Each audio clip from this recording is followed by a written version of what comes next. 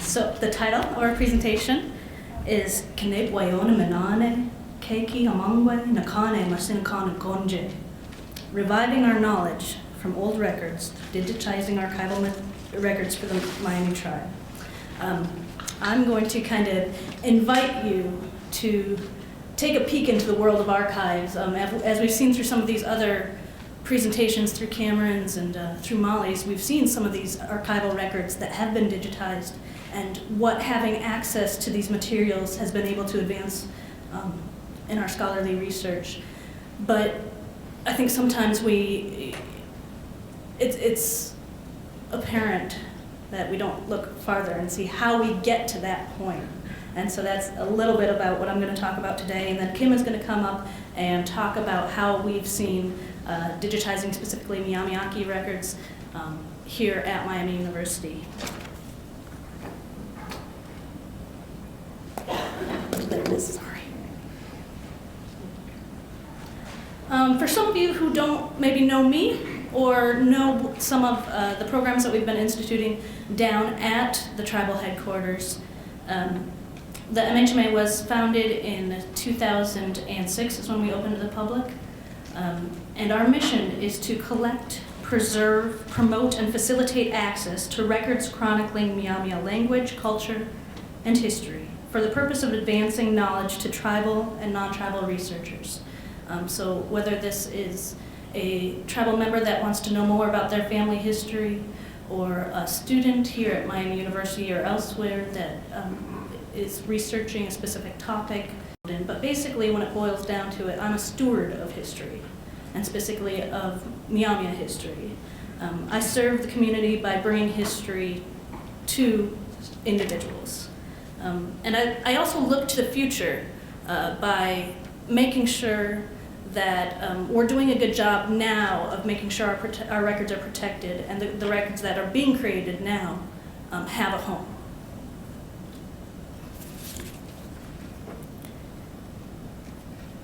The MHMA is a little different than other archives you might think about, or other public institutions, because we oversee, or I specifically, my job oversees a library, a museum, and an archives all in one institution. And I'm one person. And I don't mean that to sound negative at all, because many, many, many tribes do not take the time or the priority to hire a full-time person to concentrate on archives and museum. Even in our county in Oklahoma, I'm the only, out of 9 tribes, I'm the only person that's fully dedicated to tribal archives and museums. The other thing that's a little different about tribal archives is that as we've seen, these records about our history are scattered all over the place. So I need to be knowledgeable and maintain that knowledge for others about where to go to find records. Even records that I can't control, I need to take care of in a sense by having that knowledge and propagating that knowledge. And some of you may be familiar with the idea of NAGPRA, the legislation that covers very cultural sensitive materials through the museum world, items of cultural patrimony, things of that nature. I think sometimes it's important to recognize that there is no NAGPRA-like act for documents or photographs or sound recordings. It's not covered. So these articles that might be in non-native institutions, we really have to work together to create partnerships and collaborations to make sure that these records are available to the tribe. This is my display area right now, the display that I have up. It's very recent. And this is at tribal headquarters in Miami, Oklahoma. It's actually in conjunction with our tag office, which is kind of nice for people who come in who are not just Miami tribal members, but also some of the surrounding tribes get to come in, and while they're waiting for their tags, often take a look around and maybe learn a little bit about their nation.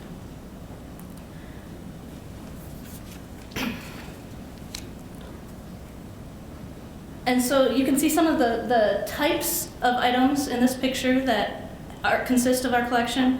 We have pictures and photos and modern things and historical things, and we're really just kind of a wide variety, a myriad of things. And this is the nice side of the MHMA. This is the M part, and next is the A part. And this is kind of like the inside guts of my repository, and it's a lot messier, and it's not always as clean and comforting as the museum, because archives can be a little bit messy, and it can be a little bit chaotic. And they're not always about nice shiny objects.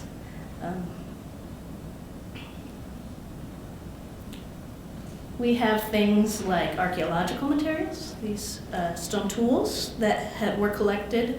I think these were collected on the western side of Indiana. We have metal objects.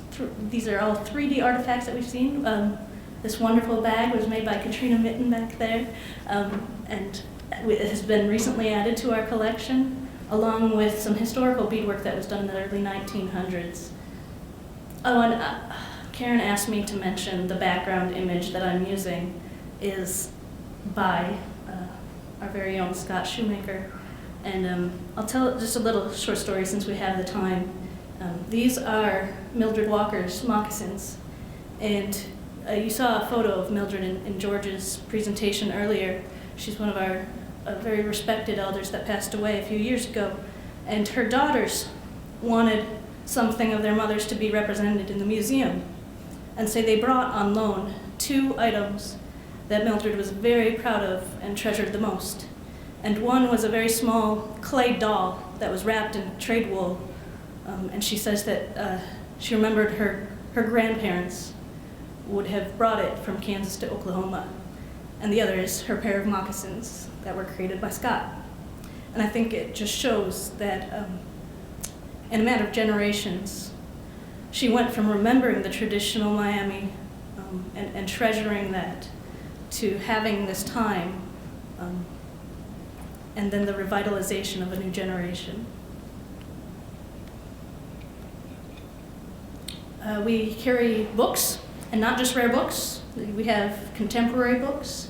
We have really mundane books. We have exciting books.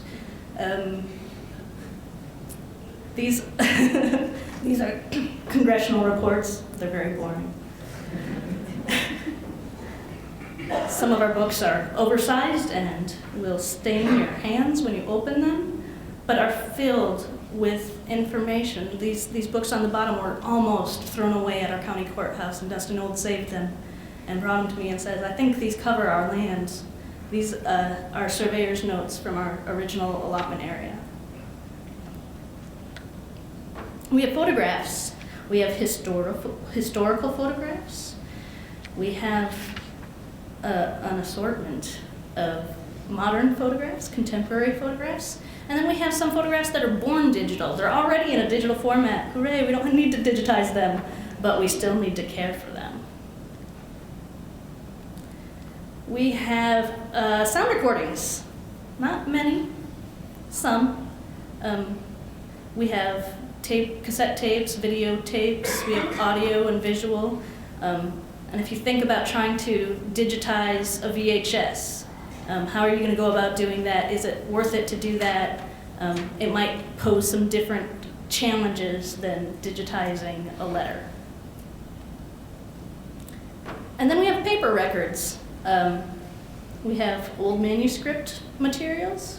This is the majority of what I have. It does not look very exciting, does it? But this is where the story starts to come together.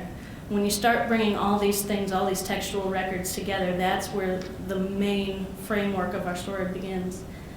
But often when you receive archival or collections, they may not be in the best condition, we'll say. Maybe they were shuffled from office to office. or kept in somebody's garage for 40 years. So you need to establish some kind of intellectual control before you ever think about starting to digitize. So this is a typical archival collection that we have there. We keep records of the Miami Nation, we keep family records, papers that people have donated, maps. We have oversized maps, undersized maps, all sorts of things. And I do want to note that we collect historical objects, we collect contemporary objects, and of course, all these objects are counted as records. But for the sake of this presentation, we're going to be talking primarily of archival records, meaning textual and photographic records. Because as we say, if you're going to try and digitize a museum artifact, that's going to be a completely different process than digitizing textual records. So we live in the age of Google, right? And if it's not on Google, it doesn't exist. So we all can kind of see the obvious effects of digitization. It gets your stuff out there so people can find you. That's a great thing. But, we need to think deeper before we jump right into a project. Some questions to consider. Should everything be digitized?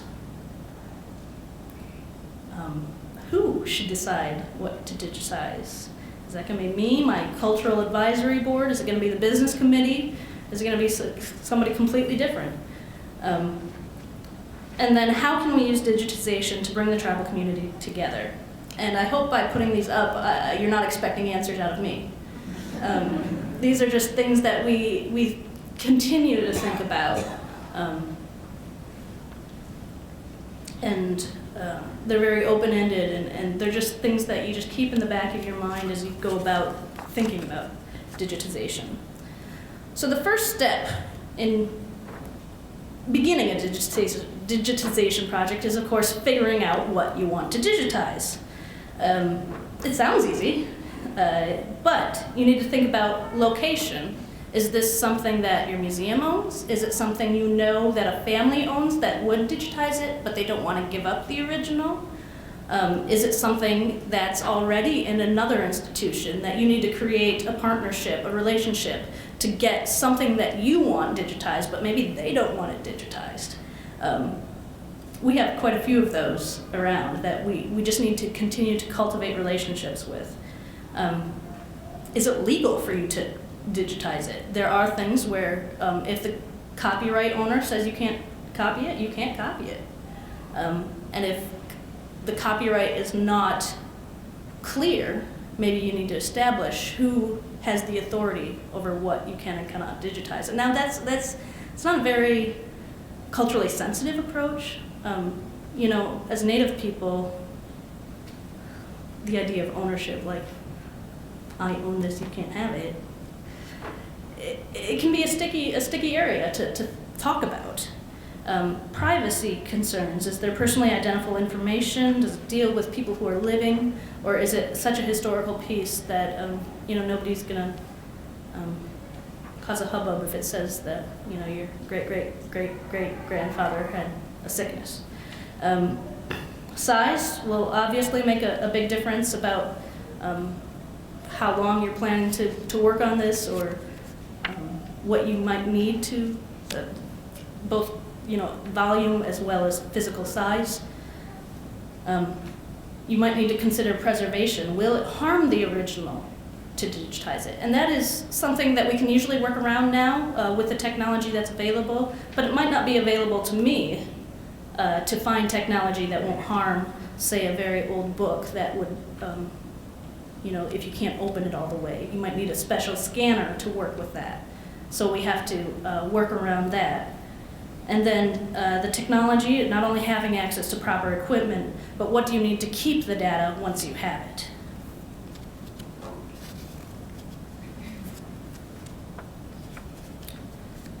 The burden of digitization.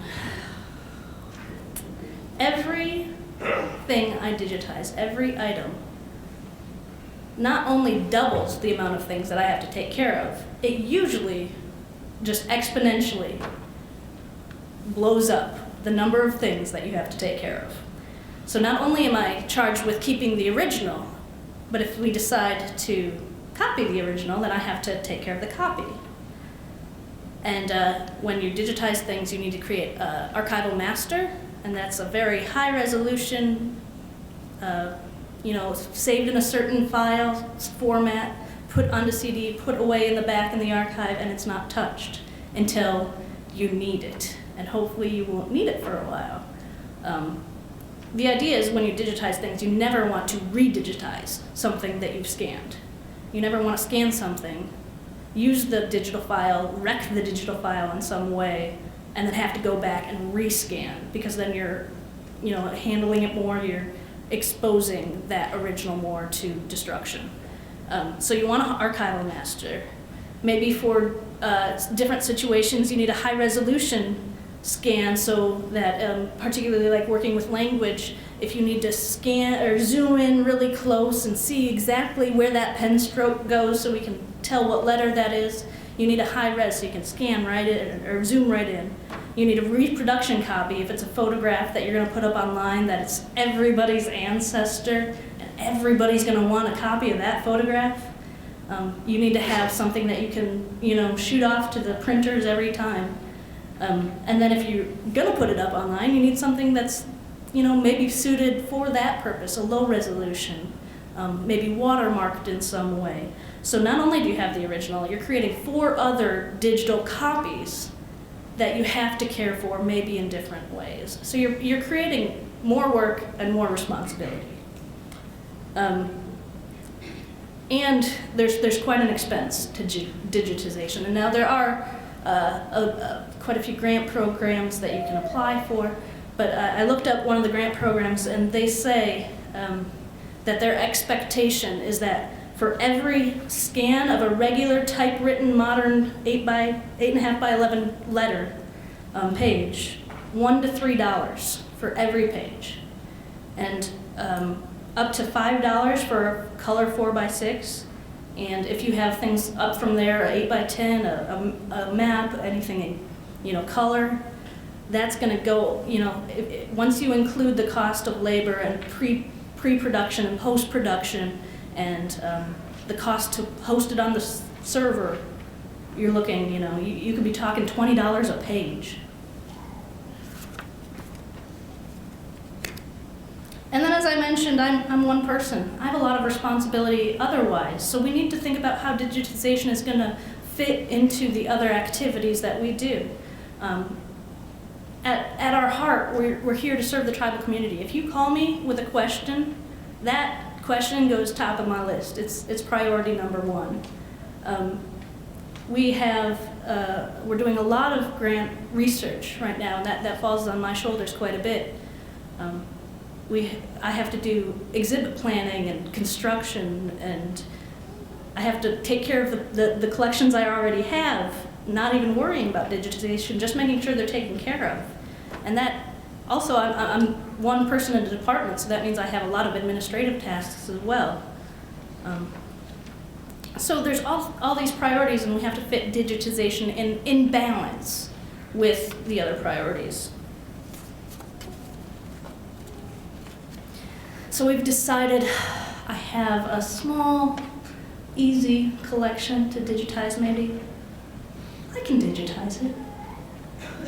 So what are we going to do next? We're going to create a plan. We're going to identify our goals. How do you see it being used? Who is going to be using it? Is this going to be, a research collection that we're going to be pushing to the general public? Is it a family collection that will be very popular with the tribal community?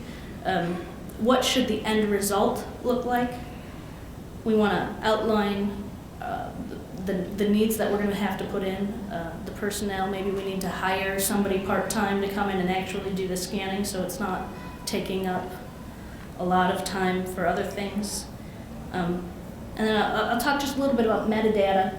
Metadata is literally the data about the data, and that's like all the context information that goes along with the digital scan, the scan name, what collection it's coming from, who wrote it,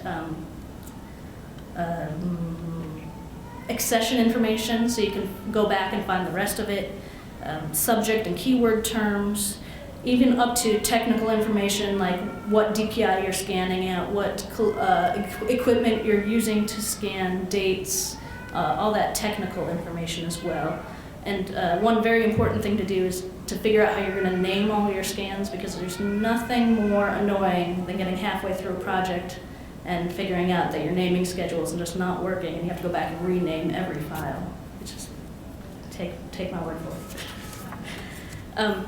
Create a workflow plan, and this is written into a lot of grants, is that you create a workflow plan, but I find them very helpful.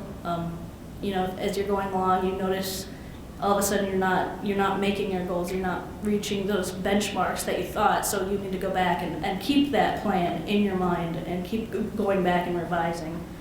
And then before you even start the process, sit down and think about what are obstacles to this. You know, where are some possible sticking points?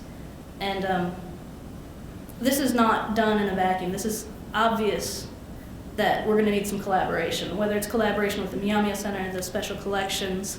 Again, if we're talking about a different institution, you know, I can't be the only person working on a digitization plan.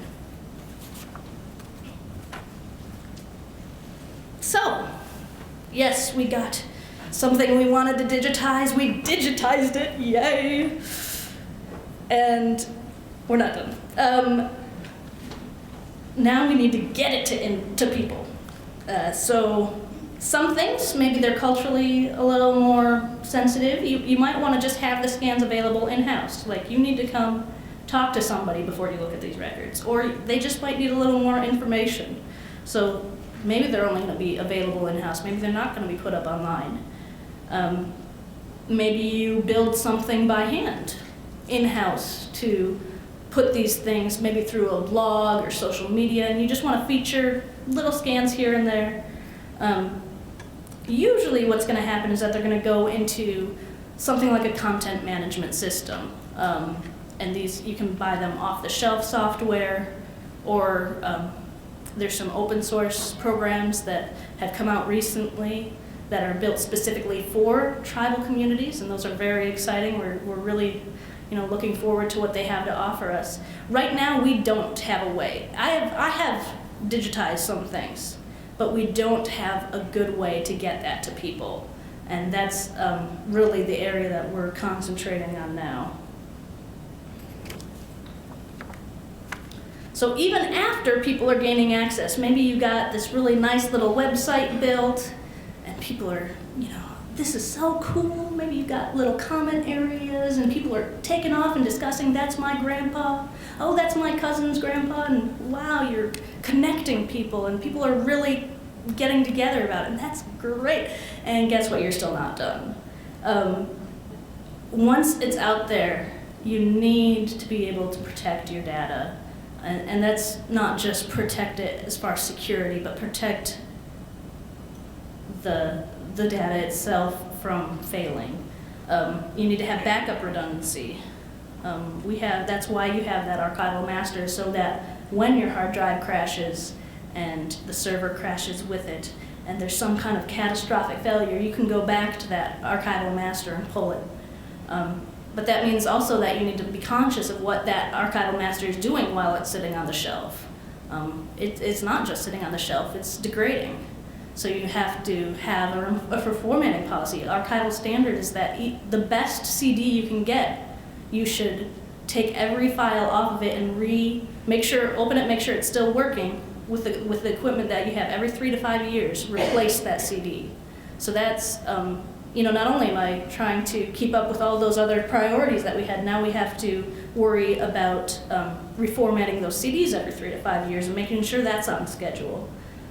We're playing around a little bit with external hard drives right now, and there's just not enough, as you know, technology just turns over so quickly that the archival world is trying to keep up with it.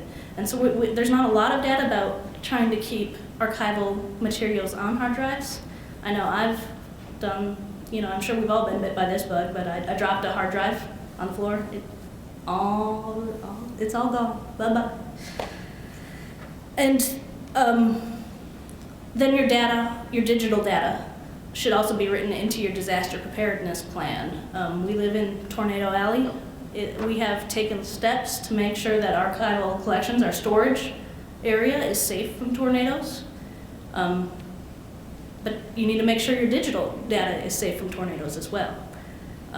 And that gets a little bit into what we have tried to do with the Myaamia collection here, is that what's available there will be available here, and what's available here will be available there. So trying to connect the two locations through digital access. I realized as I was putting this presentation together that I was getting a little depressed. I was never wanting to digitize another item ever again. I was like, man, this is hard. This stuff, it's so hard. And so I added a slide, because I don't want to leave you with the idea that this is, these obstacles can't be overcome, that we can't go forward. Because obviously the benefits of digitization are very readily apparent. Number one, we preserve the original. We have a valued piece of paper in our archives that lists names of our original allottees, and it's falling apart. And one of the things about the loan, it's on loan to our institution, but we try not to bring it out because it's just so fragile. So once we have a digitized scan of it, we can print it for people. People can see it. It's very good, and people are very happy with that. So it's preserving the original. Of course, you increase accessibility. We can have our tribal community members from across the nation, across the world. We have tribal community members that live internationally that can hopefully soon be able to log on and see some archival records that we hold from their own nation. They're freed from their physical limitations. And that's, not only are you increasing intellectual access, but you're just bringing those records and the people together easier. You have ability to enhance records. We saw the land grant that was donated recently is very sun-faded, so you can take that and digitize it and put it into Photoshop and really enhance that writing so it's much easier to see. You can bring similar collections together. Maybe there's certain time periods where our records have been scattered pretty far, even though they're very similar in nature. So you can take, a paper from one of the institutions in Oklahoma, and you can take something from the Indiana Historical Society and put them right next to each other and say, what's going on here? How are we looking at these two records? So there's comparative benefits. And then one thing that we've discovered is that you can find things better, obviously. Karen and I were working together the other day, and we wanted to see examples of ribbon work that weren't just Miami, but examples of ribbon work that were from all over. And so you just put in ribbon work, and we were working with the Smithsonian digitized records. And so you just put in ribbon work, and you can see, Delaware ribbon work, and Kickapoo ribbon work, and Osage ribbon work all together. So it's a lot easier to look through very quickly and discover items that might be of interest. And then with the technology, you can also promote interactivity and community discussion. And that's, I think, one of the real highlights that we look for, that we want to have these records available for students to interact with and for tribal community members to interact with. It's not just something to look at. It's something to learn about and incorporate into their identity as Miami people.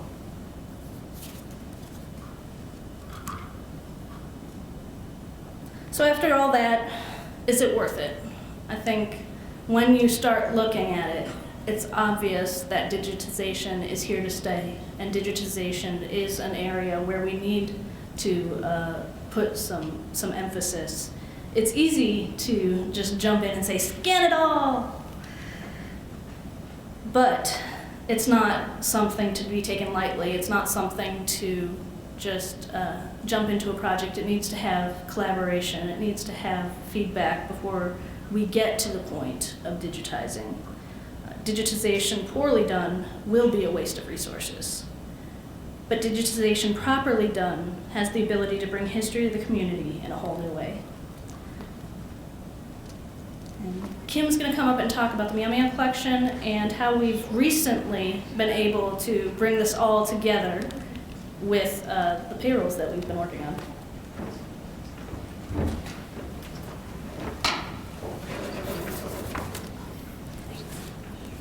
And my part is quite short. I'm going to just briefly, in a few slides, I'll be presenting general information about the Myaamia collection at Miami University and the new Myaamia collection online. The collection is housed in the Walter Havenhurst Special Collections and King Library here in Oxford, and it was established in November of 2002 by an agreement between the university and the Miami Tribe of Oklahoma. It is a growing repository of historical, linguistic, and cultural materials for Miami Indian language and cultural studies. The collection was established for both the benefit of the Miami people and the academic community. The materials selected for inclusion are approved by a review board consisting of tribal and university representatives. Notable materials in the collection include original 1880s annuity payrolls, U.S. land grants in Indiana from 1823 to 1843, including a map depicting LaFontaine's edition in Huntington, Indiana. The Lambalot Willard collection of Turtle Wells family papers, a selection of Godfrey family papers, a part of the Luke Shear research collection,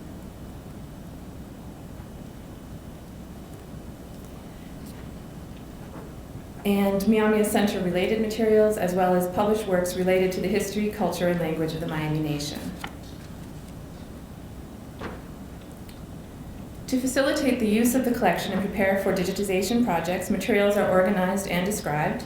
Records created for individual items can be found in the library's online catalog, while finding aids based on manuscript and archival standards are also made available.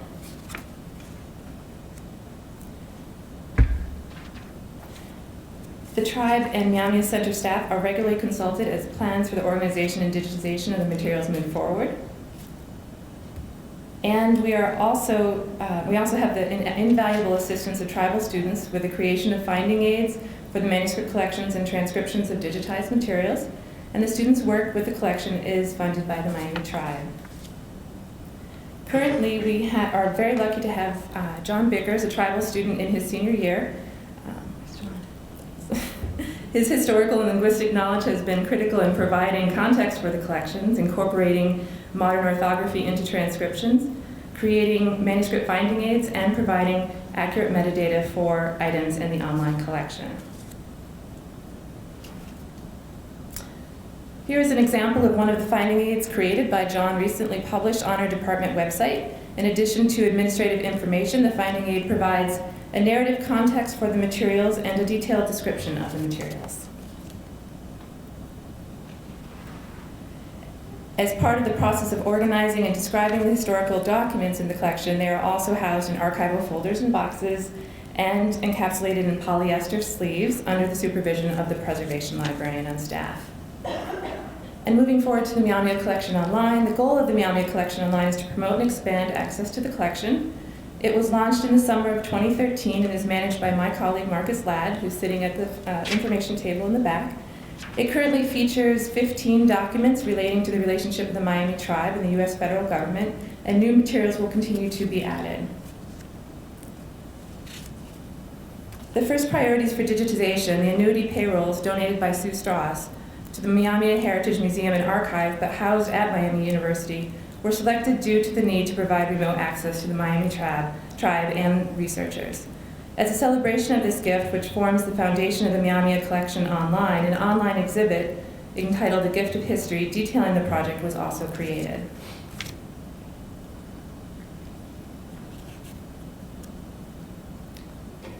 Special Collections partners with the library's Center for Digital Scholarship for technical support in the creation of the online collection. And the online collection was created using the digital collection management software Content DM, which the library was already using for the digital projects. Due to the larger size of the materials, a wide format scanner instead of the standard desktop flatbed scanner was used to create the digital files. Archival copies of the digital images are in 600 DPI TIFF files and are backed up regularly. And here's what the collection looks like online. It features searchable digitized images as well as transcriptions of the documents to aid in the navigation of the documents themselves and the legibility of the 19th century handwriting. For more information on the Myaamia collection, how donations are made to the collection, or more information about the technical aspects of the online collection, please visit my colleagues Elizabeth Bryce, Marcus Ladd, and me at the information tables. We have brochures, samples of finding aids, and demonstrations of the online collection. We look forward to the continued success of this collaboration between the Miami Tribe, the Myaamia Center, and the Miami University Libraries. Newe.